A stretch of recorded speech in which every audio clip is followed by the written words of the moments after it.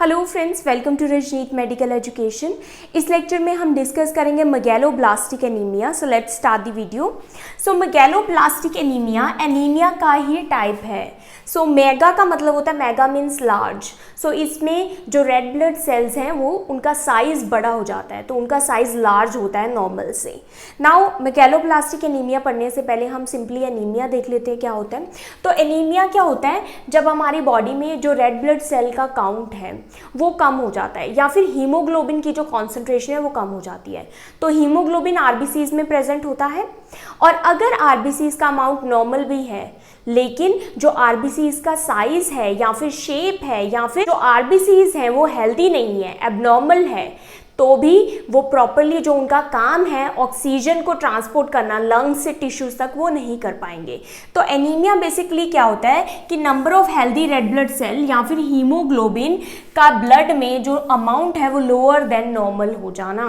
तो आरबीसीज या फिर हीमोग्लोबिन अगर नॉर्मल से उनका लेवल कम है तो हम उस कंडीशन को क्या बोलते हैं, एनीमिया बोलते हैं। अब ये जो आरबीसीज हैं इनमें हीमोग्लोबिन प्रेजेंट है और इसका काम क्या है, ऑक्सीजन को ट्रांसपोर्ट करना, लंग्स से ऑक्सीजन को लेकर जाना हमारे बॉडी टिश्यूज तक। तो अगर रेड ब्लड सेल या फिर हीमोग्लोबिन का जो अमाउंट है वो कम होगा तो जो ऑक्सीजन है उसको वो कैरी नहीं कर पाएगा एंड हमारे टिश्यूज तक ऑक्सीजन नहीं पहुंचेगी, जिस कंडीशन को हम क्या बोलते हैं, एनीमिया बोलते हैं। सो आरबीसीज एंड हीमोग्लोबिन किसके लिए रिस्पॉन्सिबल होते हैं, for transporting oxygen from the lungs to the tissues throughout the body. So anaemia एक ऐसी कंडीशन है जिसमें जो रेड ब्लड सेल का काउंट या फिर हीमोग्लोबिन का काउंट कम होने की वजह से जो ऑक्सीजन है वो लंग्स से टिश्यूज तक नहीं पहुंच पाती, और हमारे को जो साइन एंड सिम्टम्स देखने को मिलते हैं वो क्या है कि जब ऑक्सीजन नहीं मिलेगी टिश्यूज को, वो वर्क नहीं करेंगे प्रॉपरली, थकावट होगी बॉडी में, फैटीग होगा, कॉन्सेंट्रेशन नहीं बन पाएगी, वीकनेस होगी और बहुत सारे चेंजेस देखने को मिलेंगे बॉडी में, जिसको एनीमिया बोलते हैं। नाउ इस कंडीशन में हम पढ़ रहे हैं मेगैलोब्लास्टिक एनीमिया। सो मेगा का क्या मतलब होता है, मेगा का मतलब होता है लार्ज, बिग। सो इसमें जो रेड ब्लड सेल का जो साइज है वो बड़ा हो जाता है। यहाँ पर ब्लास्टिक क्यों लिखा है, देखो ब्लास्ट क्या है, ब्लास्ट सेल्स जो होते हैं वो प्रिकर्सर होते हैं रेड ब्लड सेल के। जो मैच्योर रेड ब्लड सेल्स हमारी बॉडी में बनते हैं उसके प्रिकर्सर। तो हमें पता है कि जितने भी जो सेल्स हैं हमारे बोन मैरो में बनते हैं, कहाँ से बनते हैं, प्लूरीपोटेंट स्टेम सेल से बनते हैं। और ये प्लूरीपोटेंट स्टेम सेल्स किसी भी सेल्स का रूप ले लेते हैं, किसी भी सेल्स में कन्वर्ट हो सकते हैं। जो रेड ब्लड सेल्स हैं वो कहाँ से बन रहे हैं, रेड ब्लड सेल्स बनते हैं ब्लास्ट सेल से। तो ब्लास्ट सेल ही कन्वर्ट होते हैं। ब्लास्ट सेल क्या है, मेनली इमेच्योर सेल्स हैं। इमेच्योर मतलब आपने देखा होगा जो एरिथ्रोपोइसिस है, जब रेड ब्लड सेल्स का फॉर्मेशन होता है तो पहले जो सेल का साइज होता है वो लार्ज होता है एंड देन वो धीरे धीरे स्मॉल बनता है। क्यों, क्योंकि जो लार्ज सेल है वहाँ पर क्या है, एक तो न्यूक्लियस भी प्रेजेंट होता है प्रिकर्सर सेल में, इमेच्योर सेल में न्यूक्लियस भी प्रेजेंट होता है। उसके बाद उस सेल की क्या होती है, डिवीजन होती है। तो इन ब्लास्ट सेल की डिवीजन होती है, इनमें डीएनए की सिंथेसिस होती है, न्यूक्लियर डिवीजन होती है, सेल डिवीजन होती है एंड देन तब जाकर ये क्या बनते हैं, मैच्योर आरबीसीज बनते हैं, जिसको हम एरिथ्रोसाइट बोलते हैं। नाउ मेगैलोब्लास्टिक में क्या होता है कि ये जो सेल हैं जो कि इमेच्योर हैं, जो कि प्रिकर्सर हैं, जिनको हम क्या बोल रहे हैं, ब्लास्ट सेल बोल रहे हैं, ये सेल्स इनमें न्यूक्लियर डिवीजन नहीं हो पाता, इनमें डीएनए की सिंथेसिस नहीं हो पाती एंड इनमें सेल डिवीजन प्रॉपर नहीं हो पाता। मीन्स ये जो इमेच्योर सेल है ये इमेच्योर ही रह जाते हैं एंड ये मैच्योर सेल में कन्वर्ट नहीं होते, क्योंकि इमेच्योर सेल में जब सेल डिवीजन होगी, न्यूक्लियर डिवीजन होगी, डीएनए की सिंथेसिस होगी, तभी ये ए न्यूक्लिएटेड बनेंगे एंड देन डिवाइड होकर और मैच्योर होकर ये रेड ब्लड सेल हमारा मैच्योर रेड ब्लड सेल बनेगा।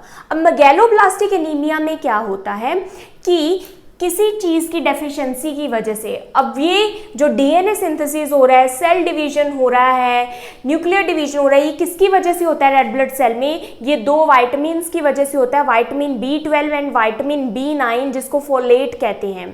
तो वाइटामिन B12 और वाइटामिन B9 फोलेट की वजह से ही ये जो आरबीसीज हैं ये मैच्योर होते हैं, और ये जो आरबीसीज हैं इनमें सेल का डिवीजन होता है, डीएनए की सिंथेसिस होती है और मैच्योर फॉर्म में आरबीसीज बनते हैं।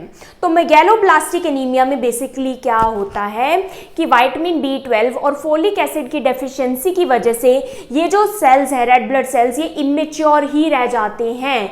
इमेच्योर रह जाते हैं क्योंकि ये जो इमेच्योर सेल होते हैं इनका साइज बड़ा होता है, इनका साइज क्या होता है, लार्ज होता है। अगर ये दोनों न्यूट्रिएंट वाइटामिन्स जो हैं प्रेजेंट नहीं होंगे तो इनमें डिवीजन नहीं होगी, सेल डिवीजन नहीं होगी, डीएनए की सिंथेसिस नहीं होगी एंड ये डिवाइड होकर जो सेल है वो मैच्योर सेल नहीं बनेगा और स्मॉल साइज सेल का जो आरबीसीज का नॉर्मल साइज होता है वो नहीं बनेगा और ये सेल यहीं पर सस्पेंडेड रह जाते हैं, यहीं पर अरेस्ट हो जाते हैं। तो इन्हीं को क्या बोला गया है, मेगैलोब्लास्ट बोला गया है, क्योंकि ये क्या है, साइज में बड़े हैं। अब ये हम आगे बढ़ते हैं, ये एनीमिया कैसे कोज करता है।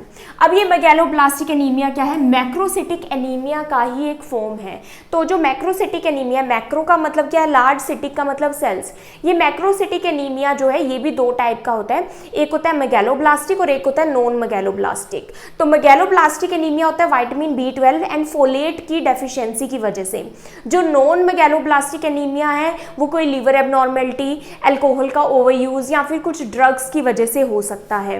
तो जो मेगैलोब्लास्टिक एनीमिया है वो कई बार मैक्रोसिटिक एनीमिया भी हम इसको बोलते हैं, लेकिन मैक्रोसिटिक एनीमिया क्या है, एक ब्रॉडर टर्म है जिसके अंडर मेगैलोब्लास्टिक एनीमिया भी आता है। नाउ मेगैलोब्लास्टिक एनीमिया क्या होता है, large immature red blood cells. एक तो इनका साइज क्या होगा, लार्ज होगा और ये इमेच्योर है, जैसे कि मैंने बताया है कि विटामिन बी12 और फोलेट नहीं है तो ये मैच्योर फॉर्म में कन्वर्ट नहीं होंगे और ये बड़े के बड़े ही रह जाएंगे, ऐसे ही रह जाएंगे सेल्स। तो जिनको हम क्या बोलते हैं, मेगैलोब्लास्ट बोलते हैं। मेगा का मतलब बड़ा और ब्लास्ट का मतलब कि ये जो इमेच्योर फॉर्म के सेल्स हैं या फिर जो प्रिकर्सर सेल्स हैं जिन्होंने आगे आरबीसीज में कन्वर्ट होना था इन दी बोन मैरो। अब ये सब कहाँ पर होता है, बोन मैरो में होता है रेड ब्लड सेल का फॉर्मेशन, सेल्स का formation. Because the RBCs are too big, क्योंकि ये आरबीसीज क्या है, बहुत बड़े हैं। मेगैलोब्लास्टिक एनीमिया में ये आरबीसीज का साइज ज़्यादा बड़ा है। तो एक तो ये बोन मैरो में बन भी गए हैं तो बोन मैरो के बाहर नहीं निकल पाएंगे क्योंकि साइज बहुत बड़ा है, तो बोन मैरो के बाहर नहीं निकल पाएंगे, ब्लड स्ट्रीम में नहीं आएंगे, तो ब्लड स्ट्रीम में आरबीसीज का जो अमाउंट है वो क्या हो जाएगा, कम हो जाएगा, लेवल कम हो जाएगा। तो यही यहाँ पर बताया गया, सम में unable to exit the bone marrow, कुछ जो सेल्स हैं मेगैलोब्लास्ट वो एग्जिट ही नहीं कर पाएंगे बोन मैरो से और ब्लड स्ट्रीम में नहीं आ पाएंगे, ब्लड स्ट्रीम में नहीं आएंगे तो ऑक्सीजन नहीं दे पाएंगे हमारे टिश्यूज को। अब कुछ मेगैलोब्लास्ट क्या है, वो सर्कुलेशन में पहुंच भी गए, कैसे मर्जी स्क्वीज करके, ठीक है, सर्कुलेशन में बोन मैरो से ब्लड स्ट्रीम में आ गए, लेकिन इन मेगैलोब्लास्ट का जो नॉर्मल जो लाइफ स्पैन है जो कि 120 डेज होता है नॉर्मल आरबीसीज का, उससे कम है, तो ये जल्दी मर जाएंगे। नॉर्मल आरबीसीज 120 डेज में उसका लाइफ होता है तो ये उससे भी पहले मर जाएंगे, इसलिए आरबीसीज का अमाउंट भी बॉडी में कम होगा, ब्लड में कम होगा और हीमोग्लोबिन का भी कम होगा। So the number of RBCs also reduce, तो नंबर ऑफ आरबीसीज कम हो जाएंगे। नाउ ये किससे होता है, डेफिशिएंसी ऑफ विटामिन बी12 और फोलेट यानी कि विटामिन बी9 की डेफिशिएंसी से ये होता है। ना कई जगह आपको फोलेट की जगह फॉलिक एसिड भी देखने को मिलेगा, तो फोलेट और फॉलिक एसिड बेसिकली एक ही चीज़ है, लेकिन फोलेट क्या है, फोलेट नेचुरल फॉर्म है एंड जो फॉलिक एसिड है वो क्या है, आर्टिफिशियल फॉर्म है फोलेट का। तो जो कि हम सप्लीमेंट्स देते हैं या फिर फोर्टिफाइड फूड्स होते हैं उनमें फॉलिक एसिड प्रेजेंट होता है।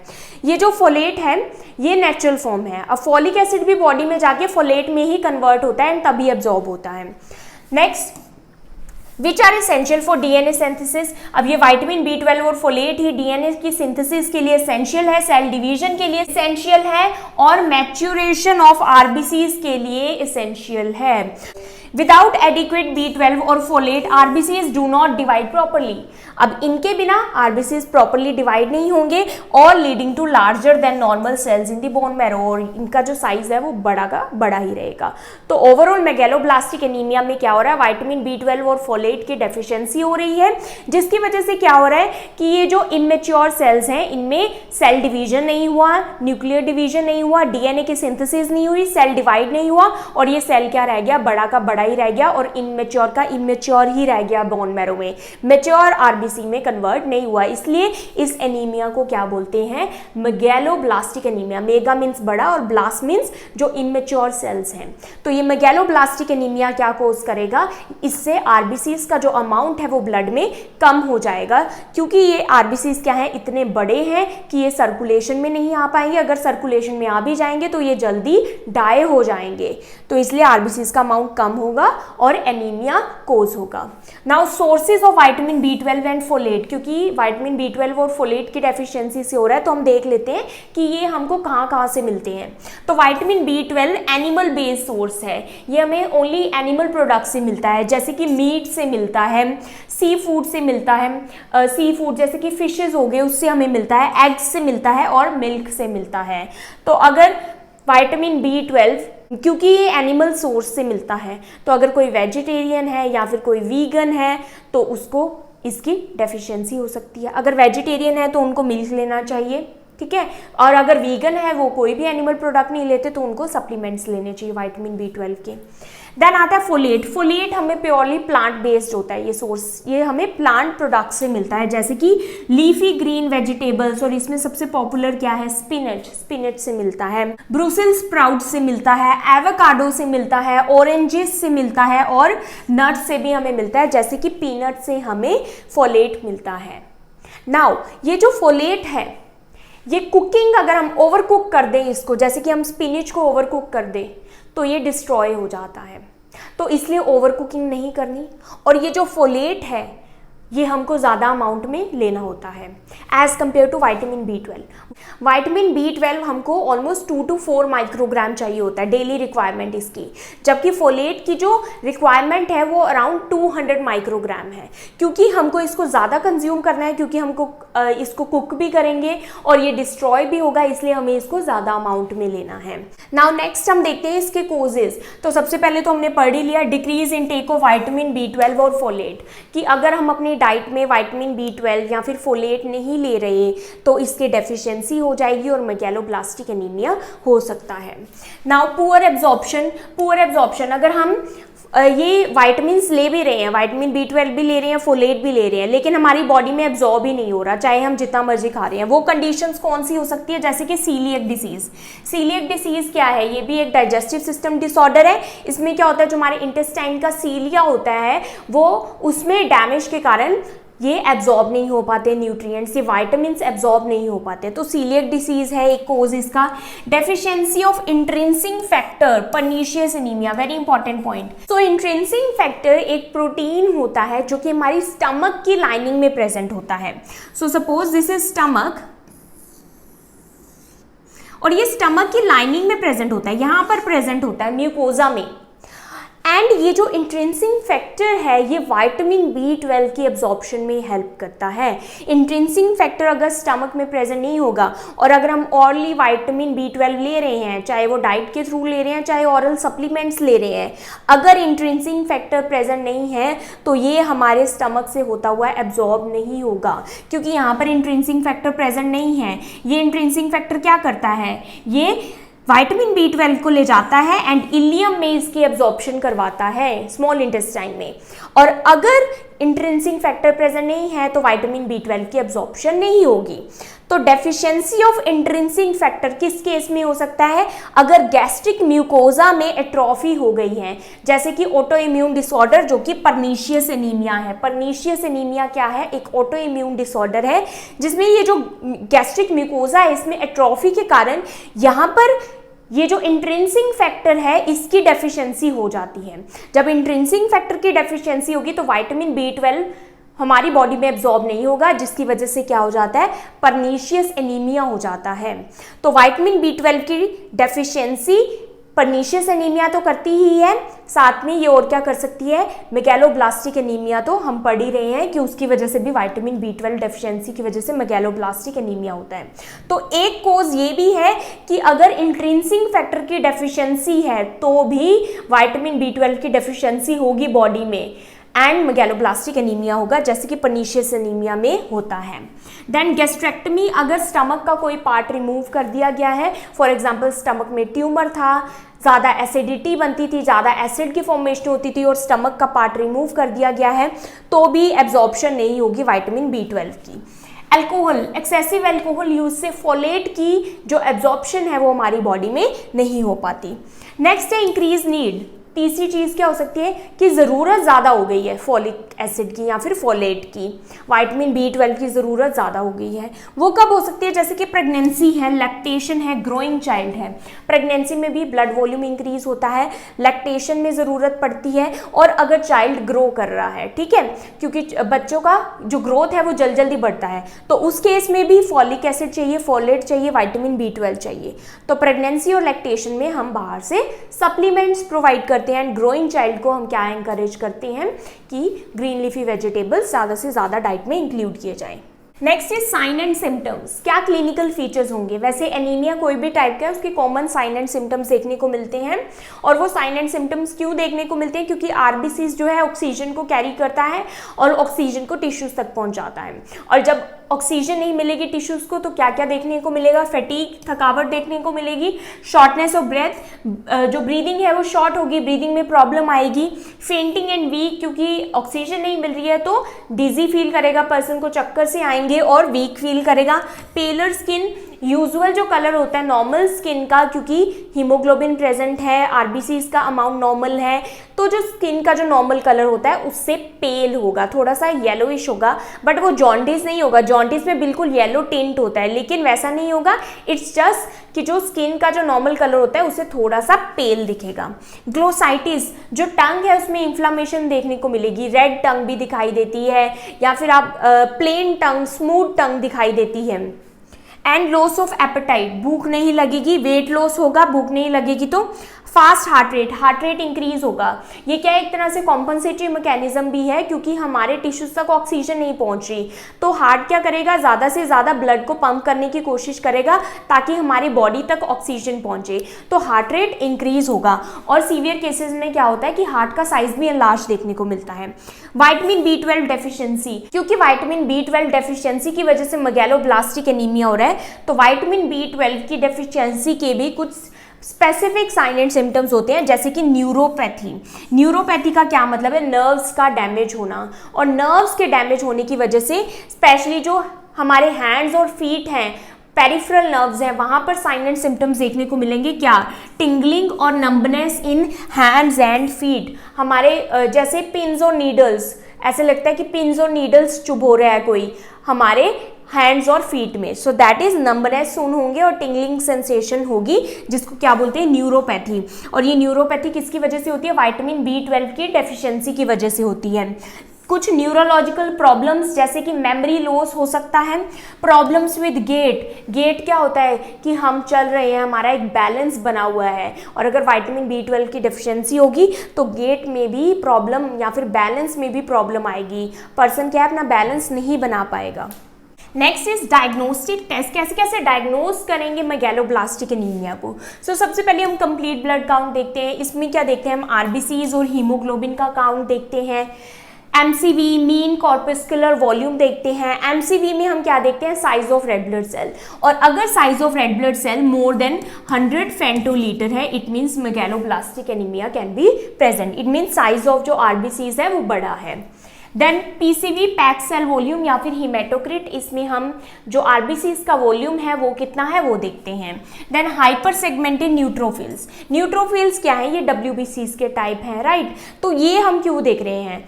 तो जो विटामिन B12 और फोलेट है ये आरबीसीज की मैच्योरेशन में तो हेल्प करते ही हैं, साथ में ही ये न्यूट्रोफिल्स की मैच्योरेशन में भी हेल्प करते हैं। तो अगर इनकी डेफिशिएंसी है तो न्यूट्रोफिल्स भी मैच्योर नहीं होंगे और इनमें हाइपर सेगमेंटेड, ज़्यादा सेगमेंट देखने को मिलेंगे।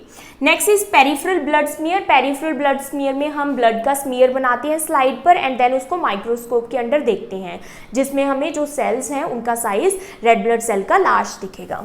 Then reticulocyte count. रेटिकुलोसाइट क्या होते हैं? इमेच्योर फॉर्म होती है ये रेड ब्लड सेल की, और अगर इनका लेवल हाई है तो इसका मतलब कि इमेच्योर रेड ब्लड सेल हमारी बॉडी में प्रेजेंट है, और ये क्या इंडिकेट करता है कि विटामिन B12 और फोलेट की डेफिशिएंसी है। Then serum B12 level and folate level, हम सीरम B12 या फिर फोलेट का भी सिंपली लेवल मेजर कर सकते हैं।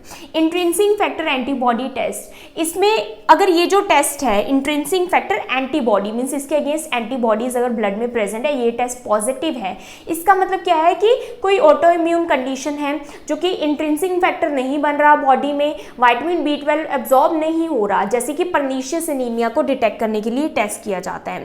Then homocysteine and methyl malonic acid level, तो ये दोनों एसिड है, इनका लेवल हाई होता है अगर विटामिन B12 की डेफिशिएंसी है। Then Schilling test, Schilling test अब यूज नहीं किया जाता लेकिन पहले किया जाता था। ये टेस्ट विटामिन B12 के एब्जॉर्प्शन को देखने के लिए किया जाता है कि विटामिन B12 एब्जॉर्ब हो रहा है या नहीं, इंट्रिंसिक फैक्टर बॉडी में प्रेजेंट है या कोई और कंडीशन है जिसकी वजह से विटामिन B12 एब्जॉर्ब नहीं हो रहा। तो इसमें हम 24 आवर यूरिन कलेक्ट करते थे रेडियो एक्टिव विटामिन B12 वगैरह देकर, बट ये अब टेस्ट यूज नहीं होता। देन ट्रीटमेंट, ट्रीटमेंट इसका क्या है, सबसे पहले तो हमें अंडरलाइन कोज को डिटेक्ट करना है। सपोज अगर विटामिन B12 की या फिर फोलिक एसिड की डेफिशिएंसी है तो हमको विटामिन B12 और फोलिक एसिड रिच डाइट देनी है।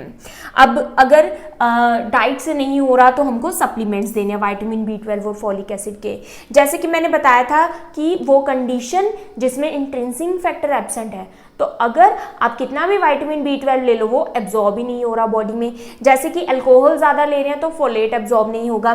तो हमको अंडरलाइन कोज को आइडेंटिफाई करना है, जैसे कि पर्नीशियस एनीमिया है, पर्नीशियस एनीमिया जो कि ऑटो इम्यून डिसऑर्डर है जिसमें इंट्रिंसिक फैक्टर नहीं बनता। तो इंट्रिंसिक फैक्टर नहीं बन रहा तो विटामिन B12 की एब्जॉर्प्शन होगी ही नहीं, जितना मर्जी देते रहो। तो इसमें हम क्या करते हैं, IM विटामिन B12 देते हैं, क्योंकि अगर ऑरली लेते हैं विटामिन B12 तो वो स्टमक से होकर गुजरेगा और एब्जॉर्ब नहीं होगा। IM देंगे तो वो डायरेक्टली ब्लड में जाकर एब्जॉर्ब हो जाता है। तो इसमें लाइफ लॉन्ग विटामिन B12 लेना पड़ता है क्योंकि पर्नीशियस एनीमिया का एक ऑटो इम्यून डिसऑर्डर है। देन रेगुलर मॉनिटरिंग करना ज़रूरी है, रेगुलर टेस्ट करने ज़रूरी हैं, डायग्नोस्टिक टेस्ट, ताकि हम आइडेंटिफाई कर लें अर्ली कि जो कंडीशन है वो सीवियर तो नहीं हो रही। मैनेजमेंट ऑफ सिम्टम्स को मैनेज कर सकते हैं, राइट। जो भी हमने सिम्टम्स पढ़े उनके लिए सपोर्टिव ट्रीटमेंट दे सकते हैं। प्लस जितने भी जो प्रेग्नेंट मदर्स हैं उनको फॉलिक एसिड देंगे, लैक्टेटिंग मदर को देते हैं हम फॉलिक एसिड, आर्टिफिशियल जो फॉलिक एसिड है जिनको हम सप्लीमेंट्स भी कहते हैं। प्लस फॉलिक एसिड क्या करता है, फॉलिक एसिड जो RBCs हैं उनकी मैच्योरेशन में तो हेल्प करता ही है। अब प्रेग्नेंट लेडी में क्या ब्लड वॉल्यूम इंक्रीज हो रहा है तो फॉलिक एसिड की ज़्यादा जरूरत पड़ेगी, लेकिन फॉलिक एसिड एक और काम भी करता है। ये क्या करता है, न्यूरल ट्यूब डिफेक्ट को प्रिवेंट करता है। जो भी न्यूरल ट्यूब जो जैसे कि स्पाइना बाइफिडा हम देखने को मिलता है बच्चों में, उसको भी प्रिवेंट करता है। और विटामिन B12 क्या करता है, जो न्यूरोलॉजिकल डेवलपमेंट है उसके लिए हेल्प करता है। और इसके अलावा हम प्रेग्नेंट लेडीज को, लैक्टेटिंग मदर्स को हम फॉलिक एसिड देते हैं क्योंकि जो ब्लड वॉल्यूम है वो इंक्रीज हो रहा है, राइट। अब जो ग्रोइंग बेबी है उसको भी नरिशमेंट प्रोवाइड करनी है। सो प्रेग्नेंट मदर को फॉलिक एसिड देने से क्या होता है कि ये जो एनीमिया है, मेगैलोब्लास्टिक एनीमिया, ये नहीं होता। प्लस फॉलिक एसिड क्या करता है, न्यूरल ट्यूब डिफेक्ट को भी प्रिवेंट करता है। तो जो बेबीज में हमने देखते हैं कि स्पाइना बाइफिडा होता है वो फॉलिक एसिड की डेफिशिएंसी की वजह से होता है, जिससे कि न्यूरल ट्यूब डिफेक्ट होता है, जो नर्वस सिस्टम की जो ग्रोथ है उसके लिए भी हेल्पफुल होता है फॉलिक एसिड भी एंड विटामिन B12 भी। सो आई होप आपको मेगैलोब्लास्टिक एनीमिया क्लियर हुआ हो, and if you understood this video then please like, subscribe and share to my channel. Thank you for watching.